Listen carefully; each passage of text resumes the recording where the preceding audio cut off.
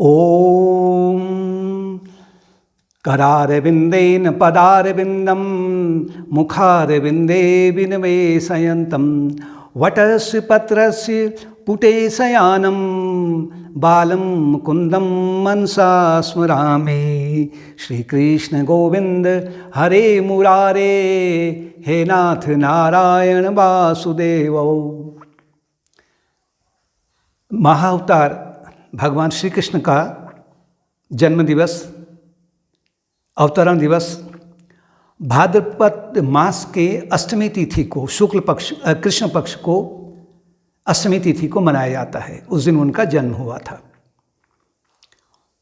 क्योंकि वसुदेव और देवकी उनके जो माता पिता थे, उन्होंने अनेक जन्मों से तपस्या की थी और यही अनुरोध किया था भगवान से कि हमें आप पुत्र के रूप में चाहिए। इन शब्दों में काफ़ी गूढ़ अर्थ है, यानी कि जब भक्त अपने अनेक जन्मों में तपस्यारत रहता है कि मुझे आत्मज्ञान चाहिए, यानी चित्त शुद्धि के लिए जो वो तप कर रहा है, अंत में उसका जो फल है वो आत्म साक्षात्कार के रूप में या भगवत प्राप्ति के रूप में उसे प्राप्त होता है।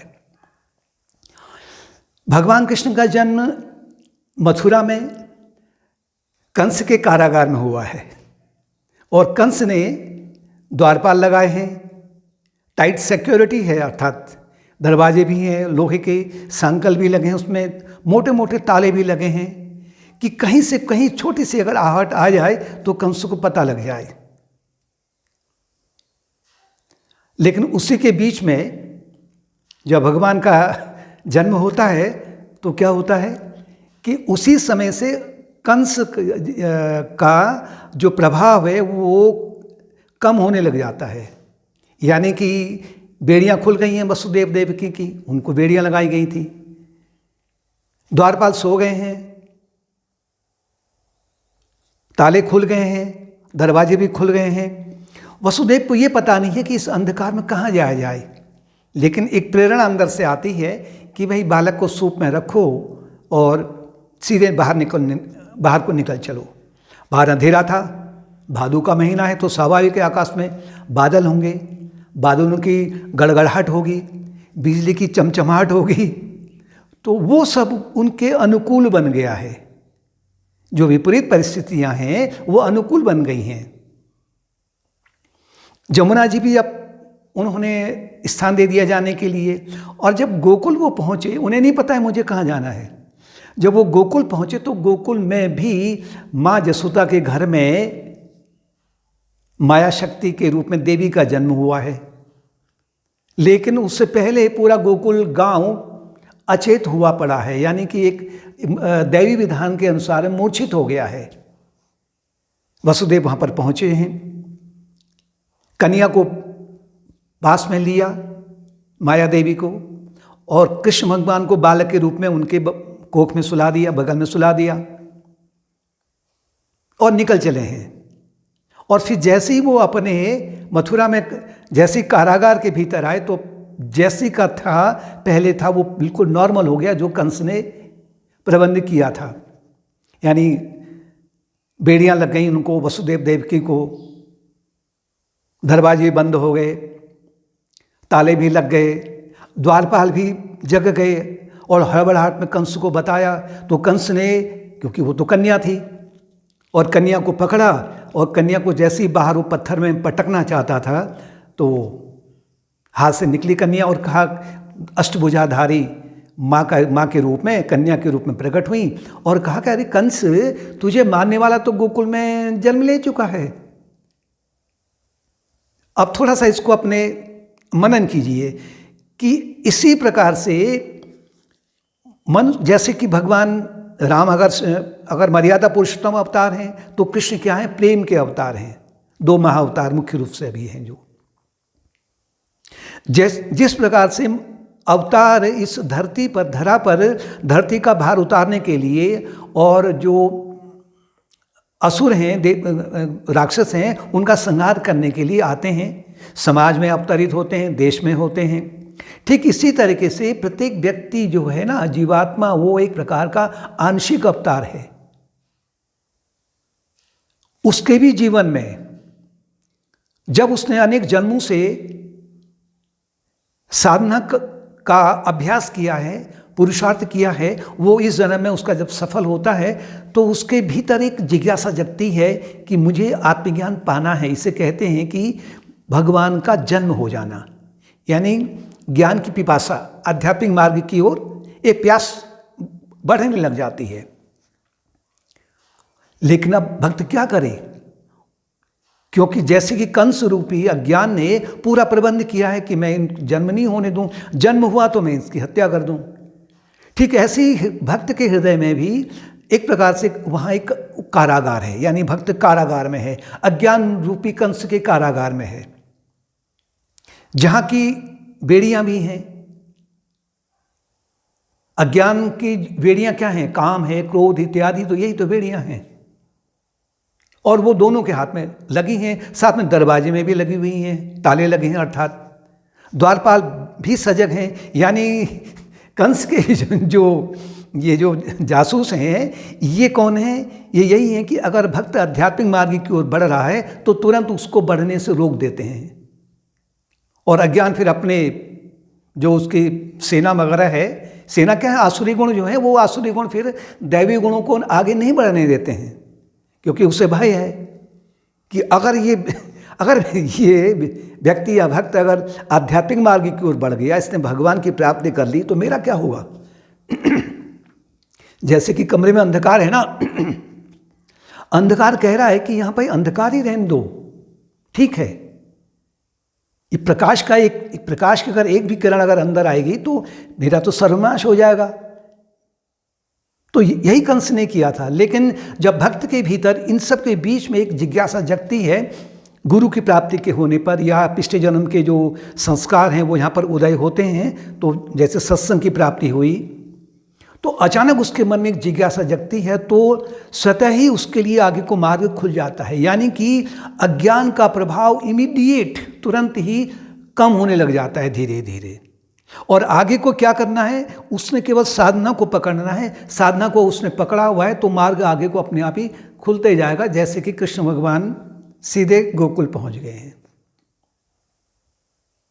भगवान को पाने के लिए, भगवान क्योंकि कृष्ण भगवान कौन है, प्रेम के अवतार हैं, प्रेम की मूर्ति हैं, यानी कि भक्ति जिसे कहते हैं, अनन्य भक्ति की मूर्ति हैं। उनके लिए भगवान को भक्त अपने हृदय में अपनी भावनाओं के अनुसार, अपने अभ्यास के अनुसार में वो 5 भावों को, उनमें से एक भाव को प्रबल बना लेता है और बाकी जो 4 भाव हैं वो उसकी सहायता करते हैं। पहला भाव है दास्य भाव। दास्य का तात्पर्य है कि मैं भगवान का सेवक हूँ, भगवान मेरे स्वामी हैं, और जो कुछ भी मेरे पास में है, यानी कि उसका अपना शरीर है, मन है, बुद्धि है, चित्त है, अहंकार है, उसके जो कर्म हैं, उसका परिवार है, संबंधी हैं, या जो उसकी भौतिक संपत्ति है, वो सब का सब वो उसको भगवान का ही मानता है। उस पर उसका कोई अधिकार नहीं रहता है कि जब चाहे भगवान इनसे मुझे उपयोग करवा ले और जब चाहे इससे मुझे वापस ले ले, मुझसे वापस ले ले। तो उसमें एक दास्य भाव रहता है, उसमें आनंद रहता है। दूसरा है शांत भाव। शांत भाव का तात्पर्य है भक्त शांत होकर के आंतरिक शांति में रहता है और बाहर उसको प्रकट नहीं होने देता है, जैसे कि भीष्म पितामह थे। तीसरा है साख्य भाव। साख्य भाव का तात्पर्य है कि भगवान मेरे भीतर चैतन्य के रूप में निरंतर विद्यमान है, एक सखा के रूप में, और वो निरंतर उन्हीं सखा के साथ में अपना वार्तालाप करते रहता है। फिर है वात्सल्य भाव, यानी जैसे कि माँ और पुत्र का प्रेम होता है।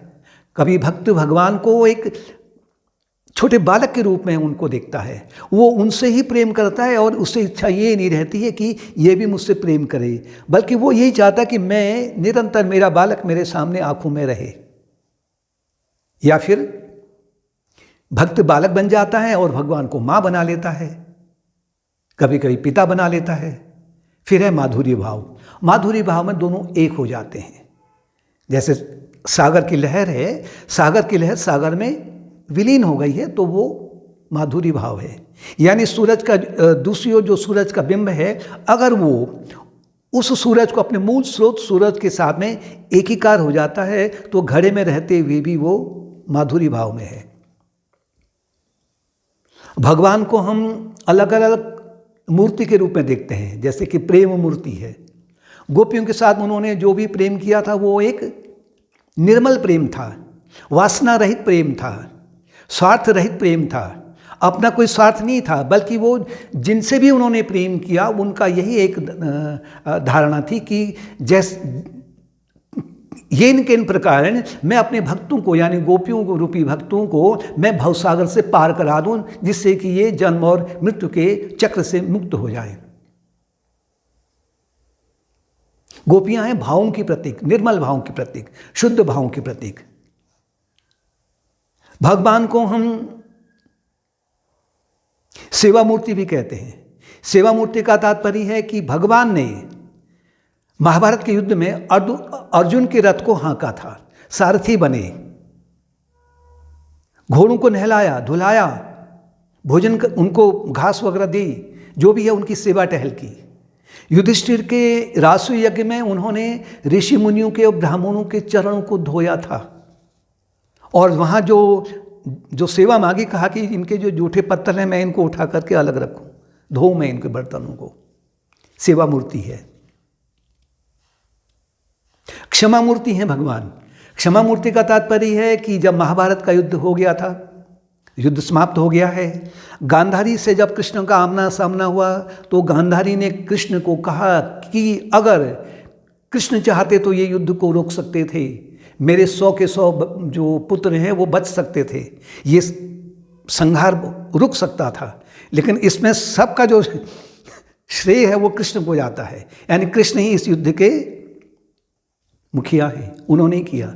तो हे कृष्ण, मैं तुम्हें शाप देती हूं कि तुम्हारा भी यदुकुल का पूरा नाश हो जाए।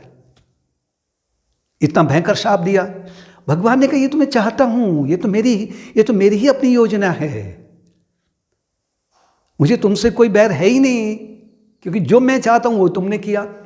क्योंकि यदुकुलवासी अगर बच गए, माना क्योंकि मैं जा रहा हूं, तो ये आपस में भिड़ेंगे, उत्पात मचाएंगे। ये व्याध ने उनके पैरों में, उनके चरण में तीर मारा, लहूलुहान कर दिया था।